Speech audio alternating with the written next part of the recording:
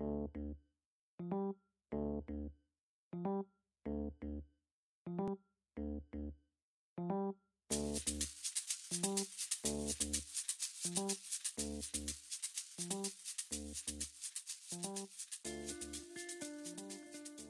evening, everybody. I'm sorry that I can't be there in person. I'm coming to you from Vermont, stuck over here on the East Coast at the moment. My name is Abel Russ. I'm an attorney with the Environmental Integrity Project in Washington, D.C. I've been working on coal ash since about 2010. Before I became a lawyer, I worked in the field of human health risk assessment and toxicology. Then I went to law school. First job out of law school was with the Environmental Integrity Project, and I immediately started working on coal ash. Coal ash is the material that's left over after you burn coal, same as wood ash or any kind of ash you have after fire. And what happens is that anything you have in the coal is concentrated in the coal ash. This is particularly true nowadays with air pollution control devices that concentrate a lot of the stuff that might otherwise have gone up the smokestack. It all gets captured in fly ash, bottom ash, flue gas desulfurization, sludge. All of that stuff has high concentrations of a long list of heavy metals and other pollutants that can be toxic, including a number of carcinogens, chemicals that present non-cancer risks, a lot of chemicals that are hazardous to ecosystems. All that stuff is present in the ash in high concentrations. When that ash is in contact with water over an extended period of time, it reaches out of the solids and becomes a water contaminant. And that's present in high concentrations in groundwater. And then ultimately, when groundwater migrates to surface water, it becomes a pollutant in surface water. And sometimes when coal ash is stored in an impoundment, you have surface water that pours off the top and directly into surface water. So you get contamination that way too. You may have heard that coal ash is used for what are called beneficial uses. It's in certain products that you can buy. Sometimes it's used as a road bedding, as drywall and cement. And people wonder why that's not, if that's the case, why coal ash is a health problem. And the short answer is that while coal ash is used for all those things, you don't drink those things. And a lot of times those uses are referred to as encapsulated uses, and that's because the coal ash is contained in place where it is. It doesn't get out. And it's very different from a situation where coal ash is buried in the land or particularly in the groundwater. And when coal ash is exposed to water over a long period of time, it doesn't stay where it is. It leaves all the constituents of coal ash migrate out of solid material. So coal ash is more or less risky depending on where it is and how it's being used. And some of those uses might be safe. A lot of those beneficial uses are not safe. They include things like building structural fill for a golf course or something like that. And there it's just like a landfill. If that's in contact with the groundwater, that can present a risk as well. But some of those beneficial uses have a much lower risk. But that's not to say that coal ash is safe. And in fact, it's very dangerous when it's stored improperly in the ground. There have been some questions about the fact that EPA regulates coal ash under its non-hazardous waste regulations. And strictly speaking, EPA has not made a determination about whether coal ash is hazardous or non-hazardous.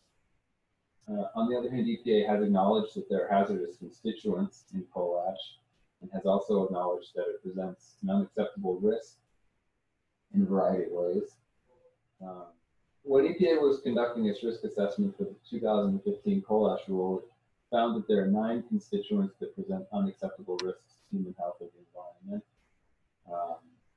There are a lot of other constituents that might also present risks that weren't screened in EPA's risk assessment, but coal ash contains numerous pollutants that are neurotoxins. That includes lead, mercury, arsenic, manganese, and includes multiple carcinogens like arsenic, chromium. Lead is a probable carcinogen according to EPA.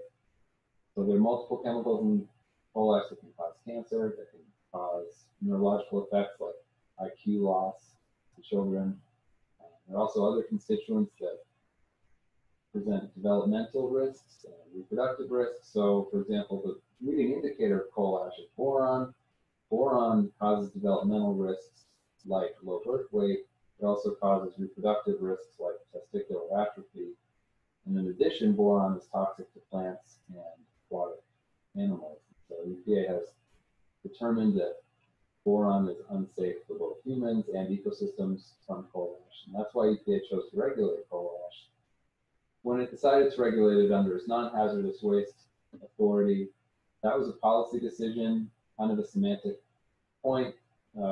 They had a lot of other considerations that were weighing on them, such as the extent to which defining coal ash as a hazardous waste would interfere with its use for what they see as safer practices, like putting in drywall and cement.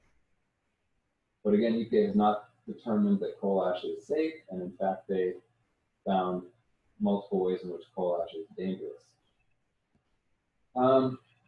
There are numerous instances in which coal ash has caused harm to humans or the environment. And in particular, EPA has a list of 157 quote-unquote damage cases. This is an agency term of art. My organization helped compile a series of these damage cases during that rulemaking process. Some of those made it onto EPA's final list. There are more than 157 of these damage cases across the country, but those are the ones that EPA had enough documentation to include. And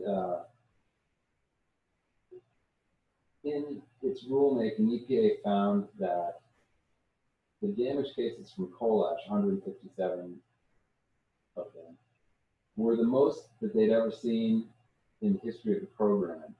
So it's a widespread problem, and relative to other sources of other solid waste that EPA regulates, this is one of the biggest. But over half of the damage cases have to do with groundwater contamination. And in a situation like that, and this goes for fish contamination as well, which is also widespread, it's an incremental risk. So everyone has a slightly elevated risk of cancer or neurotoxicity, but it's not a kind of a situation where you can find the victim and say, this person got cancer and it's because of the coal ash. It's a probabilistic issue, statistically very hard to demonstrate that any particular instance of a health impact is caused by coal ash. Not to say that it's not a real risk. It is a very real risk, and it's one that many people experience and have to live with. So that's important to keep in mind. So the point is that the risks from coal ash, the ones that you can't see as graphically, are probably more significant and much more widespread. And I think the major point is that nobody accepts these risks voluntarily. These are sort of imposed on people who live near these facilities against their will.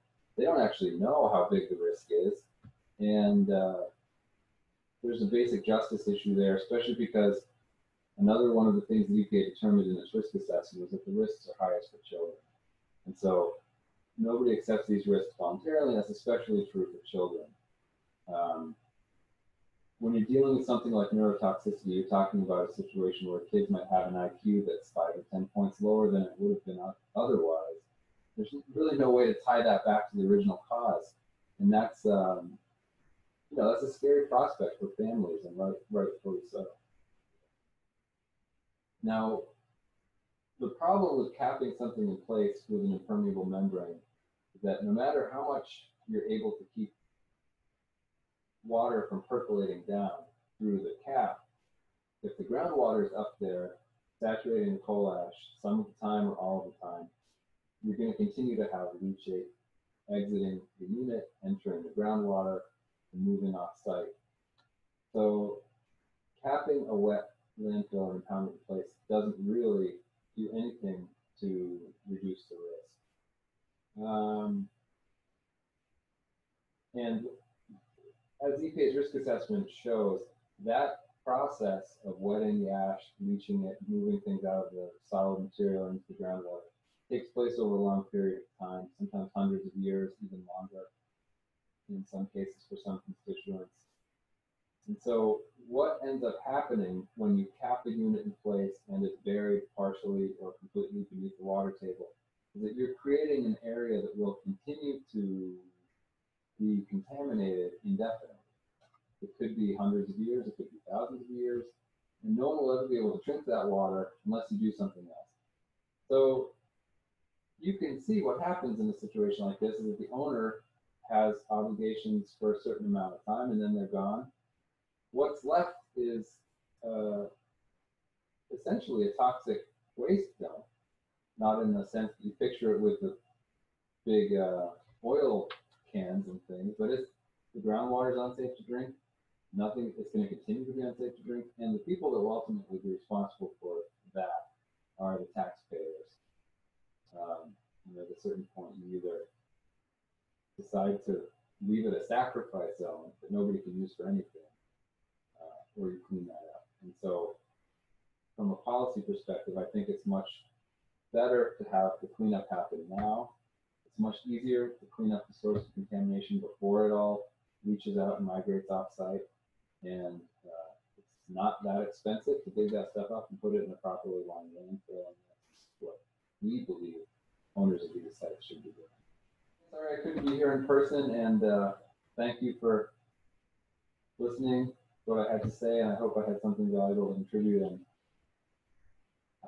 I'm glad that people are interested in learning more about this because it's a big problem. So thanks for your interest.